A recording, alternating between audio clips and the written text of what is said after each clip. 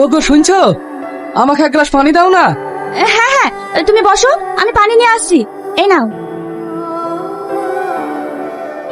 মা, পানির তেষ্টাে আমার বুকটা ফেরে যাচ্ছিল। হে, এক গ্লাস পানি খেয়ে আমার জানটা বাঁচলো। এত কষ্ট করে আমি মাঠে কাজ করতে পারবো না মা।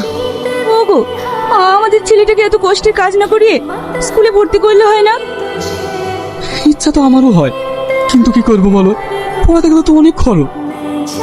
ও নিয়ে তোমাকে ভাবতে হবে না, দরকার হবে পরের বাড়িতে কাজ করব, তবু আমাকে মানুষের মতো মানুষ করব। তুমি কালকে ওকে স্কুলে ভর্তি করার ব্যবস্থা করো।